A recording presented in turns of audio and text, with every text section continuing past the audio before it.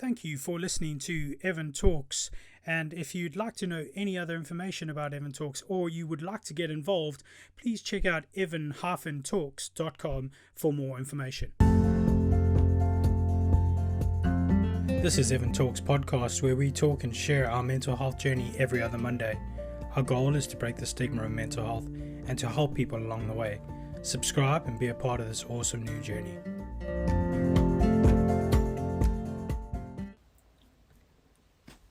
We're live everywhere.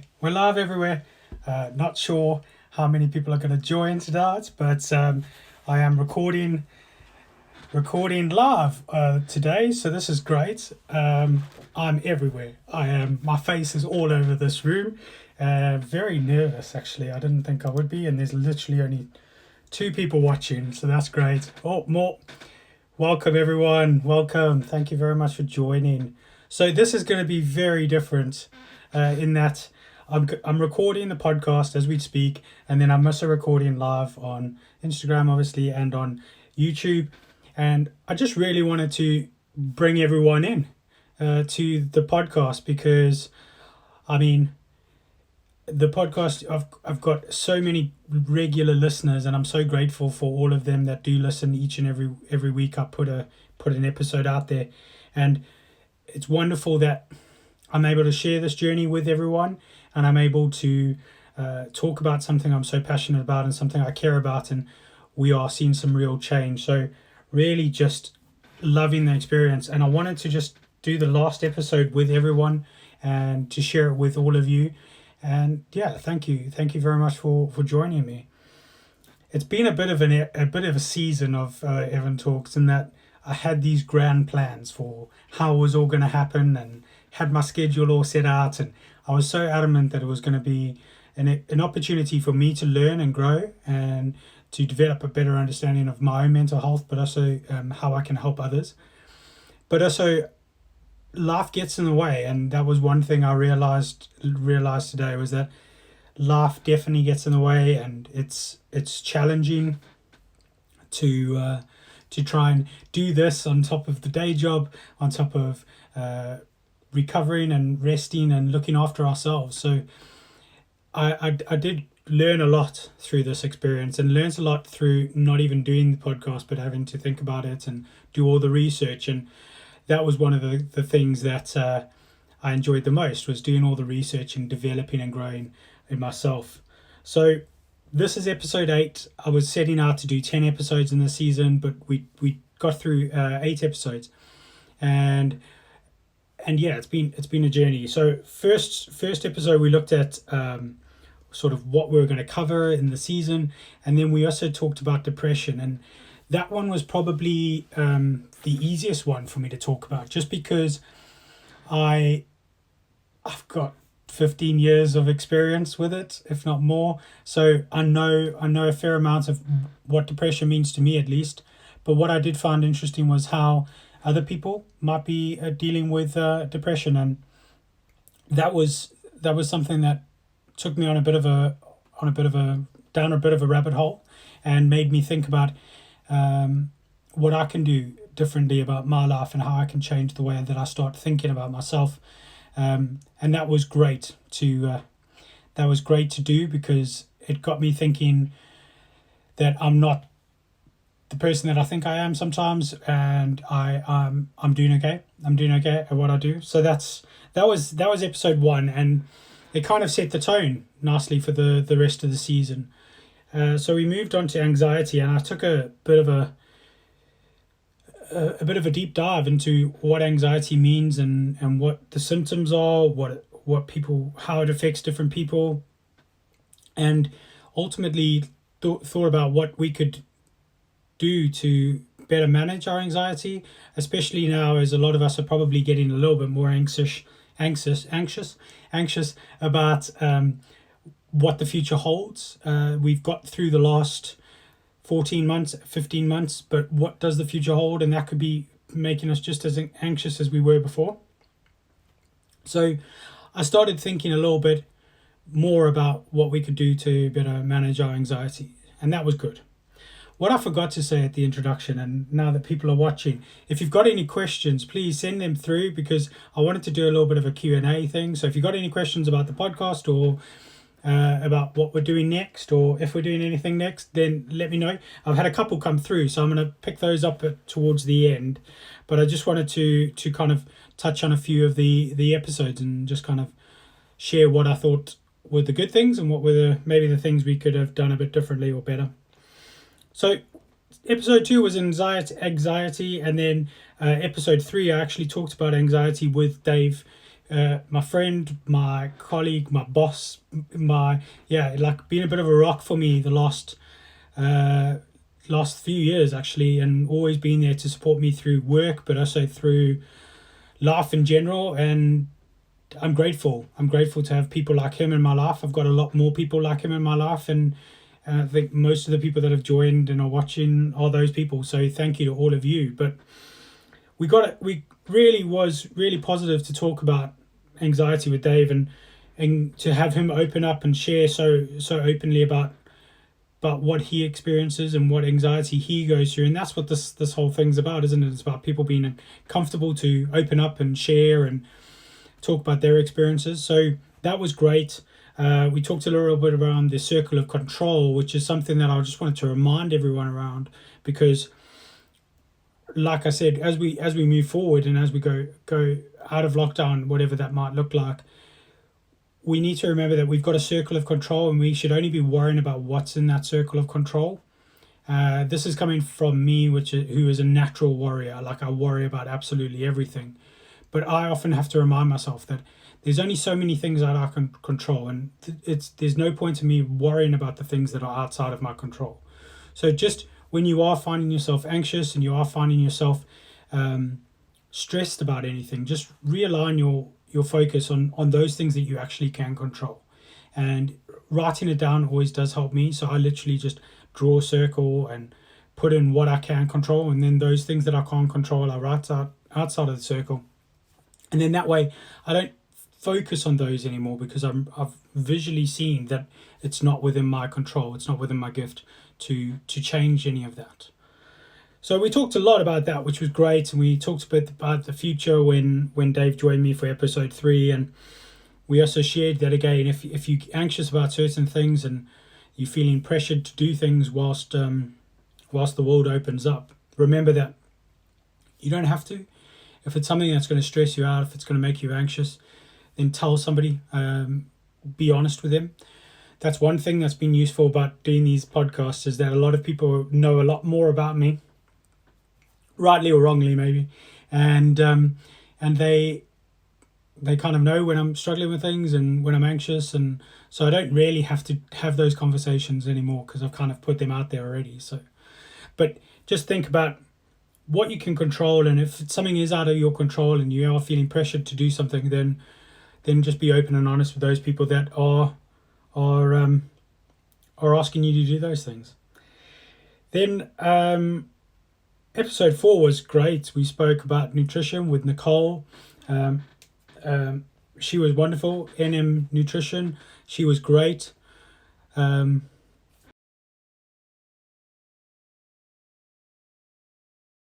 And it was really interesting how food and mood can affect you, and that I found really positive and really uplifting, was that food and mood can be linked, and that we should be able to improve our mood just by the food that we're eating. So that's great. I've just realized there was no sound on YouTube for a bit, because I didn't turn up my mic, so hopefully there's sound there now, and people on YouTube can hear it. This is it. This is technology at its best. And what I did find interesting talking about nutrition with Nicole was that understanding that we just need to balance it out. We need everything in moderation. So don't beat yourself up if you have the odd occasional snack that you maybe shouldn't have. Be kinder to yourself, and don't beat yourself up. And as long as we're doing it in moderation, then that's okay. And just a full range of color on your plate is another thing that Nicole shared with me, which I thought was very useful. So, and then I went through a bit of a period. I'll be honest with you, because I was supposed to do an episode on self-esteem, and that made me anxious. That made me struggle with what I'm going through, and I didn't really understand that.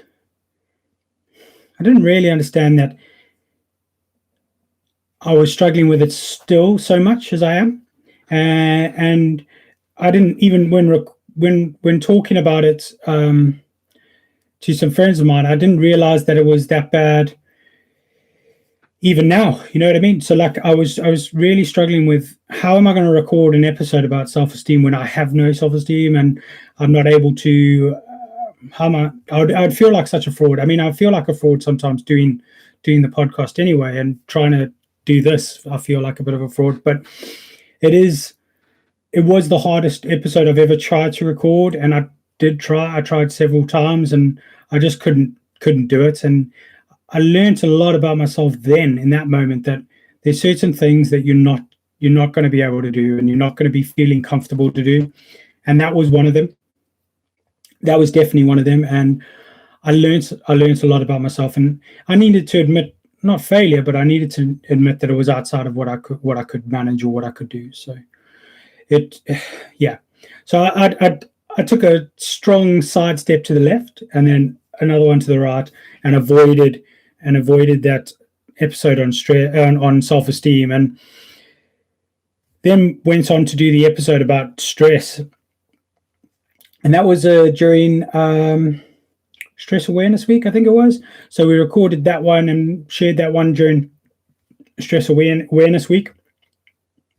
And again, that was good because it reinforced some of the stuff we'd learned about anxiety, especially about what's in your control, what's in your gift, and being able to focus on those things that you can change, rather than trying to focus on things that are outside of your control and aren't within your remit to actually change.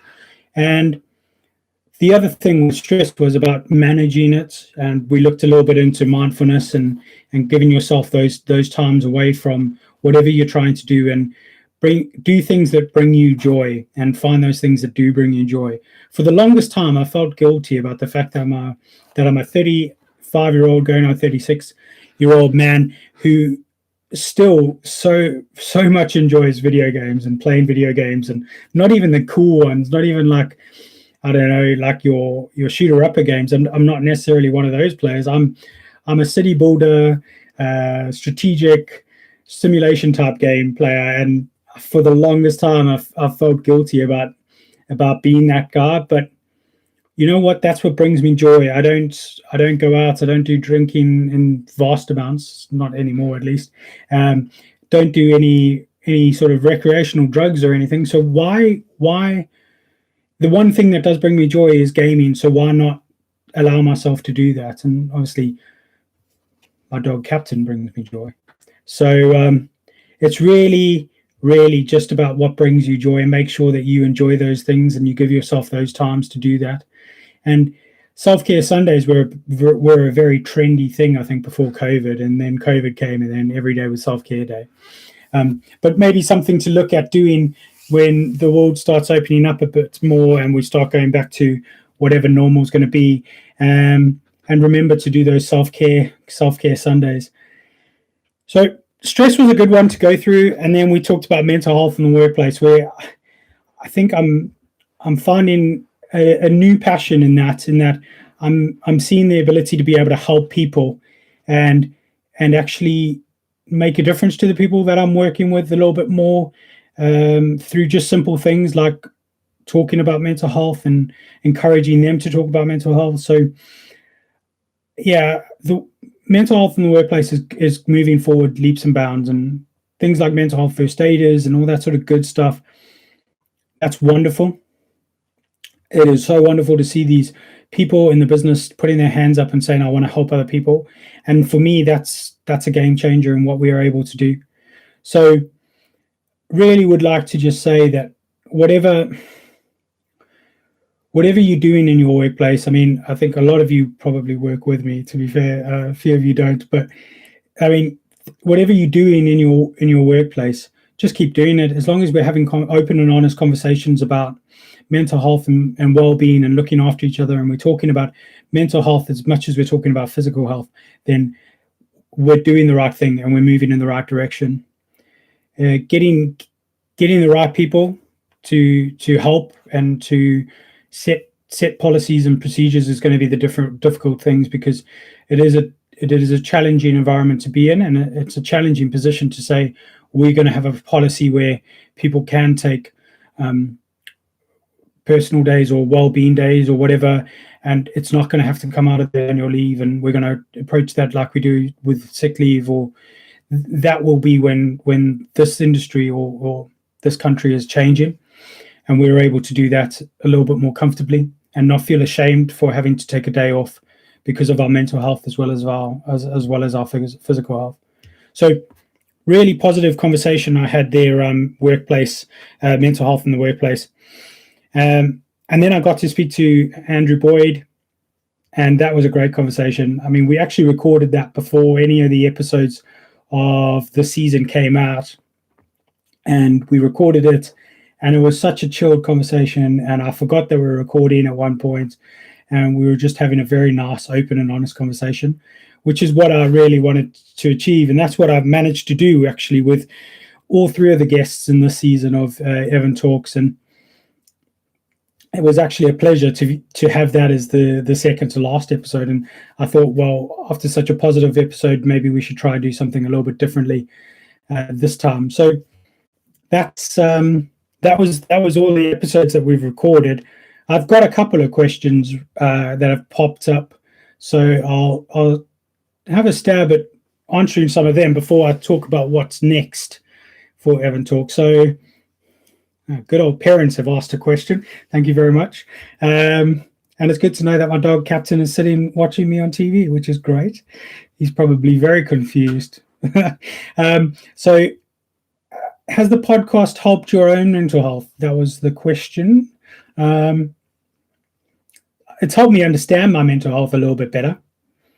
It's helped me understand my triggers, which we kind of know is obviously self-esteem and certain social situations, which for the longest time I was one of these people that thought I didn't have triggers.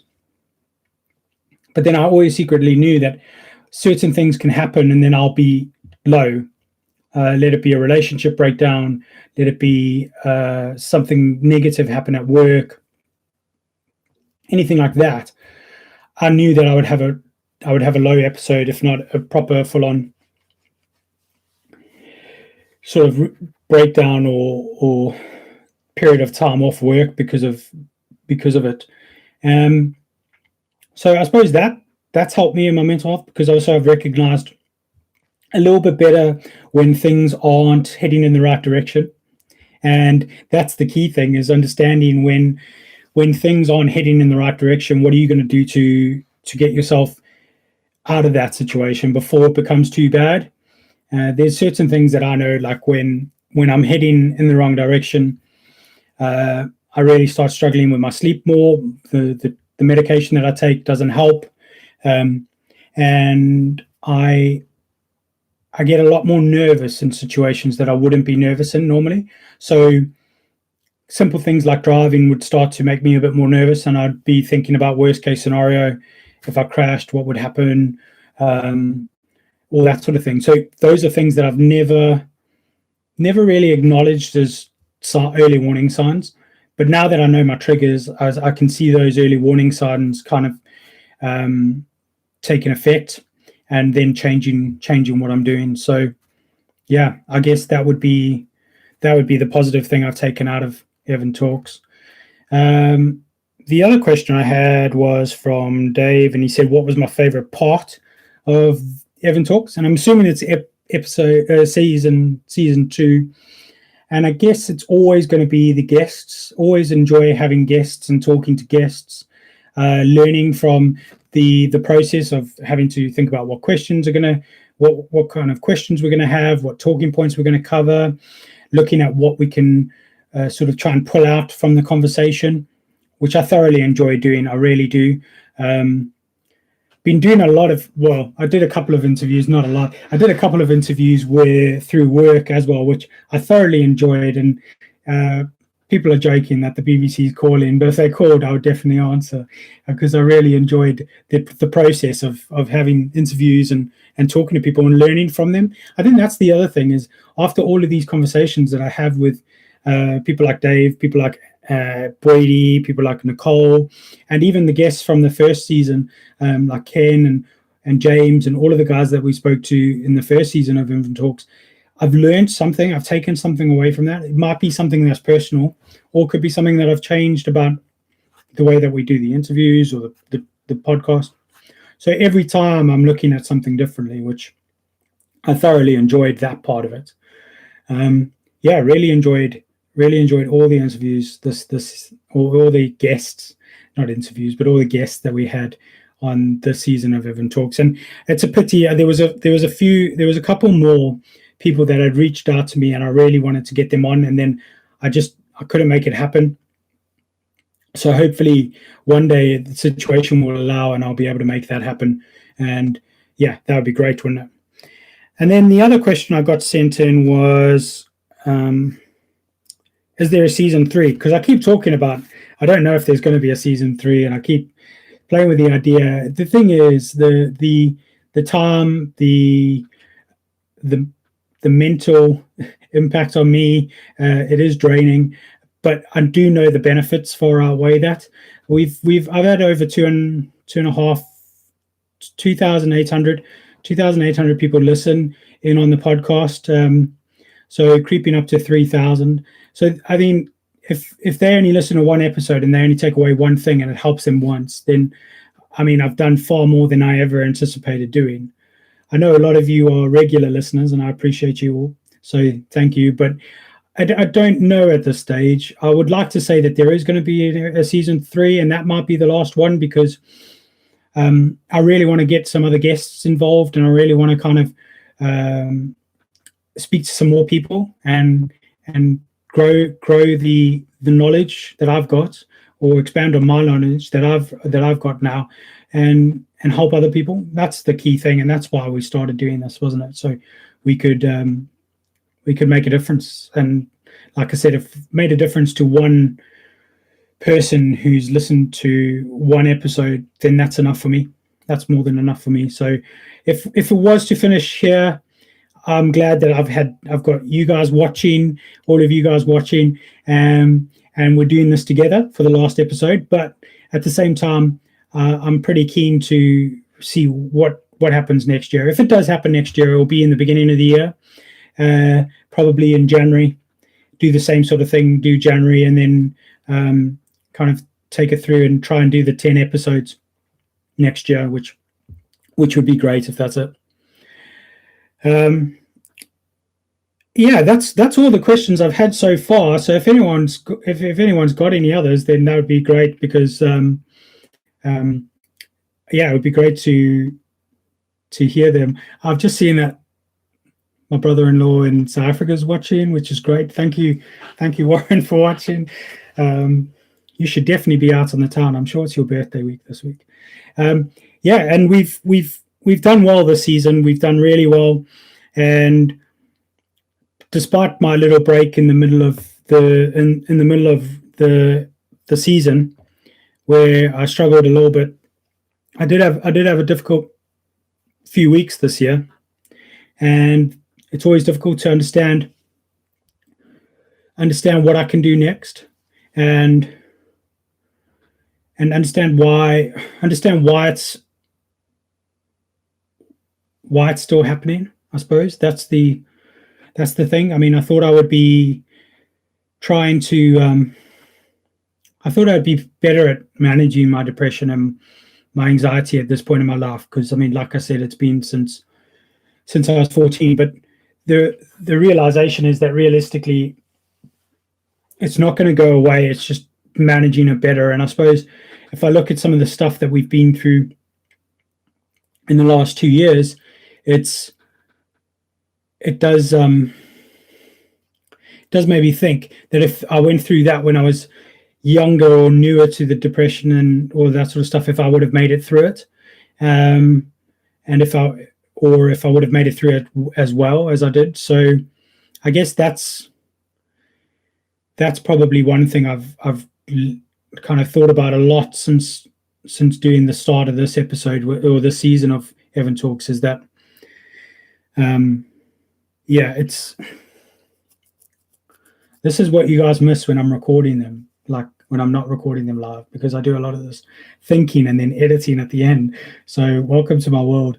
But yeah, it's difficult to visualize that my life is going to carry on going like this. Like you're going to have those bad days and those good days, and you're going to have those bad spells, and those could be longer and they could be harder.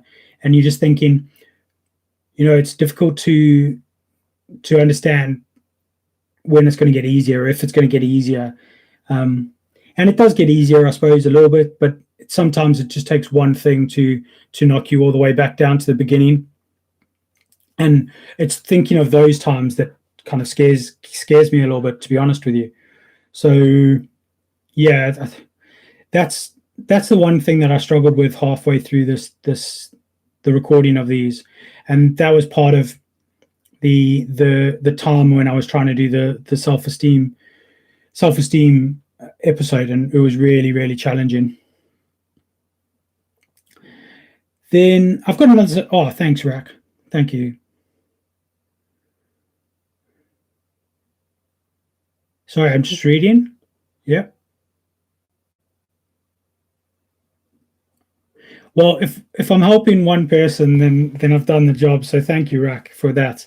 That's great. That was a great comment or note on Instagram. And then I've had another one.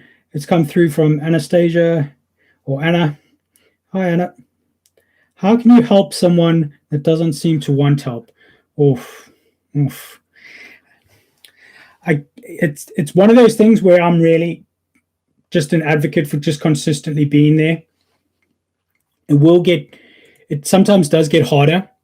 It sometimes does get hard to carry on supporting them and supporting them through all the stuff that they're going through. And if they're not carrying on, or if they're not taking any advice on board, then it is difficult. I suppose being there to listen is the main thing. One thing that I've learned is active listening and just letting people offload a little bit is the biggest difference. I know that when I'm going through a bit of a difficult time, I don't really want all the answers. I don't really want all of the solutions. I just really want somebody to listen. And if they can listen and take on board, then that kind of takes some of that weight off my shoulders. So they might not be listening to your advice, but I'm sure that you're being there for them is helping regardless. And just knowing that you are there to support them does help. So I don't think you can make somebody get help at all, because it's one of those things where they need to be in the right frame of mind to be able to help themselves. Not comparing it to any sort of like alcoholism or drug abuse or anything like that, but I would say it's very similar to that situation. You can be there for them, support them, but they've ultimately got to make the decision to help themselves. So that would definitely be my my advice there, is just continue to be there to listen, to support them, and maybe don't take it on yourself if they're not getting the help that they need, because like I said, they need to ultimately help themselves.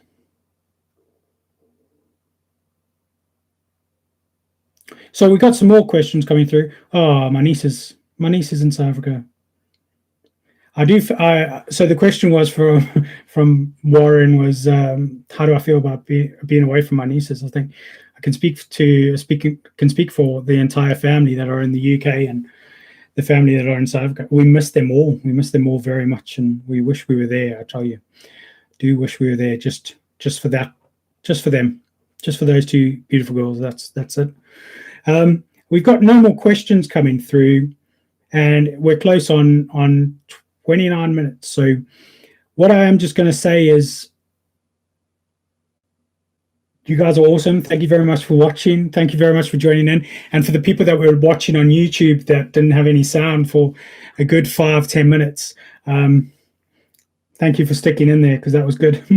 That was good. So, like I said, not sure what's going to happen, if there's going to be a season 3 of Evan Talks, but really, really thank you for all your support. Thank you for carrying on listening. I will do my best to make season 3 happen. And just even if it's for the 10 people that are now watching and the few people that are going to listen later, just thank you so much. I will do my best, and you guys are amazing. And most importantly, just remember to look after yourself, look after each other, and just be kind. And let's not forget all the good things that we learned during the period of lockdown about looking after ourselves and our mental health and the mental health of those people around us. So thank you all for joining me. I'm now going to try and disconnect from all of the streams at once, and that's going to be very challenging. Look after yourselves, look after each other. Goodbye. Thank you for listening to Evan Talks. And if you'd like to know any other information about Evan Talks, or you would like to get involved, please check out evan-talks.com for more information.